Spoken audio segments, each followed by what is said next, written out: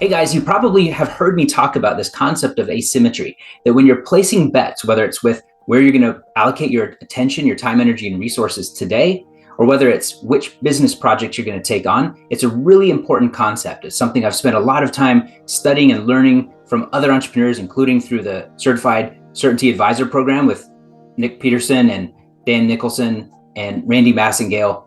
That's a process, studying that concept that goes deeper and deeper. The deeper you go into it, the more you realize just how powerful it is at determining the difference between success and failure in business, but also in your personal life. And that's what this particular YouTube video is about. We're talking about one particular part of the asymmetry process. Let me just share my screen, just show a quick illustration here. This is something I learned from Dan Nicholson. It just helps to illustrate the concept of asymmetry in a way that helps it to click. Once you've seen this, then I'm going to tell you one very important way that I'd like to see you use this concept of asymmetry to make sure that your personal life, you as a whole human being, get to experience the benefits of all your efforts as an entrepreneur. So this image illustrates the power of asymmetry. If what we're looking for is upside potential, but what we often end up with is downside risk. And most things that have high upside potential also have some downside risk, right? And so risk is not something we want to purposely pursue, but it's a necessary evil many times to be able to manage that and accept some risk in order to go after bigger goals. But what we don't want is what a lot of entrepreneurs do is they spend their time on things that have equal and possibly even greater downside risk relative to the upside risk. And that's partly because so many of us feel this need to use up our productive energy. So if you have any money, time or energy left at the end of a week or a month, and you're looking at how can I allocate it now, you often take what's right in front of you. And often the options that are in front of you are not good enough. And what you'd be better off doing is just doing nothing, change nothing for a week. If what's presented before you are these kinds of bets that have a high downside in this eliminate area, just don't do anything.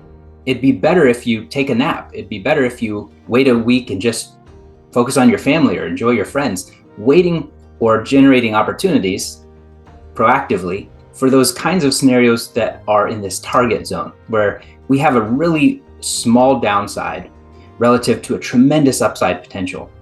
So this is the kind of thing where people say, okay, yeah, I mean, that's great in concept, in theory, of course, everybody wants that, but give me some examples. So here's a few examples.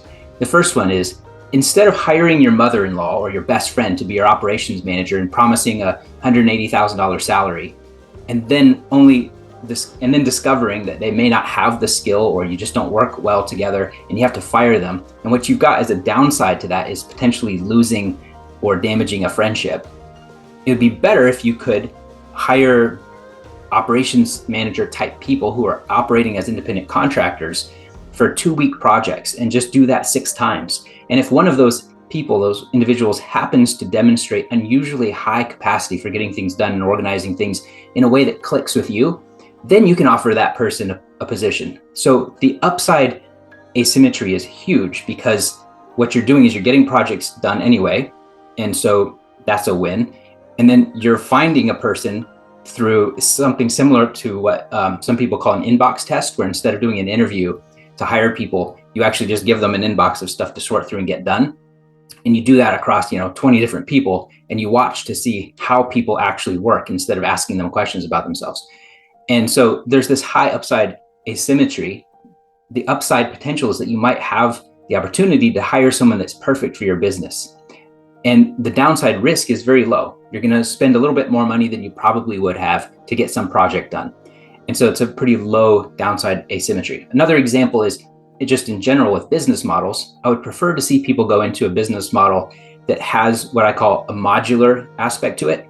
And so what a modular aspect means is that a good example is a food truck business. You can start in San Francisco. You can have just one food truck. You invest the capital for that one equipment and whatever licenses and a few employee hours that are needed to test out this theory. If people give raving reviews to your food and they love the concept, you can buy 3 more trucks and expand in the city. Eventually, you can expand beyond that city. And it has this modular aspect where your branding and your franchise can keep growing, but without the risk that you'd see often in, say, a SaaS business, where you might have to put in a year or more of coding up front and have high costs for development and then roll out a subscription program that you only find out 6 months in how long people stick and if the attrition rate might be too high for it to ultimately be profitable. So it's not that one business model is terrible and the other is amazing and should only do one. It's more about just that question of, for you personally, is that a bet that has asymmetry to the upside? And this is just one example to illustrate that concept. Another example of only choosing to spend your time and energy on opportunities, on paths that have an asymmetry to the upside, is that you might choose to refuse to work on any new business initiatives that are not congruent with an MVP approach. So there's some things that just are easier to create an MVP, minimum viable product version of your product to see if there is a product market fit. And if there's not, the tendency is for us to say, well, it's the best out of the 3 options we have, so we're going to do it. And what I'm challenging you to do is instead wait, slow down, wait for that asymmetric bet. Because if you use up all your time and energy and resources going after the not great options in front of you, then you're too locked up to see, let alone take advantage of, the high upside asymmetry option that's going to come down the pipeline for you later. So here's the culmination of this video, and this is the most important part. This is I guess you could think of it as a filter or as an example. The most common place where I think it's really important to make sure that you have asymmetry to the upside is that if you're going to take a risk, that risk simultaneously has a secondary benefit, that it moves you closer to the life you want, instead of taking a risk that temporarily moves you further away from the life you want in hopes that it will one day pay off and then you can overcome all of those obstacles and those negative aspects of that decision. So this is a common thing often with identity. Sometimes people do things in business that they're not very proud of, for example. That moves you farther away from your ideal life. And so that's a place where there's downside risk that a lot of people just don't think about as a part of the risk.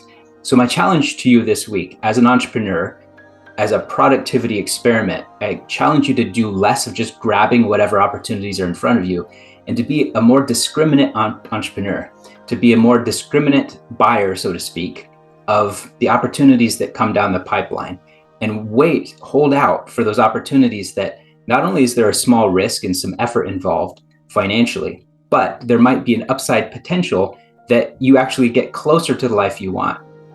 An example that stands out in my mind is Christy Shen's book, Quit Like a Millionaire. This is something that for most of my clients would not come anywhere close to being an asymmetrical bet towards the upside, because what she did is she quit her job when she had $40,000 of income from her dividend investments. And for her, that was fully congruent with getting closer to the life she wanted, because she grew up in extreme poverty in China before she immigrated to the US with her parents and built a better life for herself. But for her, living on $40,000 and traveling the world, it brought her tremendously closer to the life she wanted. So taking the risk and trying it out for a year and experimenting and seeing, is it possible? Does this actually work? That for her, that was a small risk that came with a tremendous step forward toward the life that she actually wants. Now, I have a lot of clients who would say, but that's the opposite of what I want. I'm swinging for the fences. I want home runs. I want to be known because of the impact I've had in the world. I don't want to just do the minimum so I can retire early. And so for them, taking that risk to see if that works would actually move them further away from their ideal life. So my challenge is, ask yourself this question: are the risks I'm taking, do they have that dual benefit of, it has a potential high upside for business, but it also has a high potential upside for moving me closer to the life that I want? This again comes from a CCA principle that I encourage you to learn more about. You can learn more about it from Dan Nicholson or Nick Peterson through the CCA program. You can find them on Twitter easily, or on Facebook. You can find them on YouTube. And what those guys will teach you is that there's a tremendous value to thinking closer over more. Instead of more businesses, more money, more whatever, to start thinking, how can I define success in such a way that I know whether I'm getting closer to it or not? And it's not just more all the time. It's something that you've defined. Of course, the problem with defining success is that we often have this internal resistance, because as soon as you've defined success, you've also defined failure. And so there's this part of us that's afraid to do that. But I encourage you to do it anyway. Overcome that mental barrier create a very clear vision of the life that you're trying to go toward. Recognize that rarely do circumstances suddenly make us happy. It's usually an internal process that you have to go through to achieve a higher level of well-being and life satisfaction. But there's a lot of satisfaction that comes from progress. And this is one thing that the psychological literature on happiness and subjective well-being has showed us very clearly, that progress makes humans happy. And that doesn't matter if you're a grandmother sitting in a nursing home knitting some socks for your grandchild, or a woman who is trying to develop the next electric vehicle that has a better image than Tesla. Whatever your goal is, whatever your mission is, if you're moving closer to it, that progress actually makes you happy. So identifying the outcomes or the life circumstances that would bring you closer to a life that you really want, that progress is meaningful in generating the feelings of happiness that ultimately we're all after as we pursue goals. So just keep that in mind as you pursue your goals this week, and you'll make us both happier. Talk to you next week.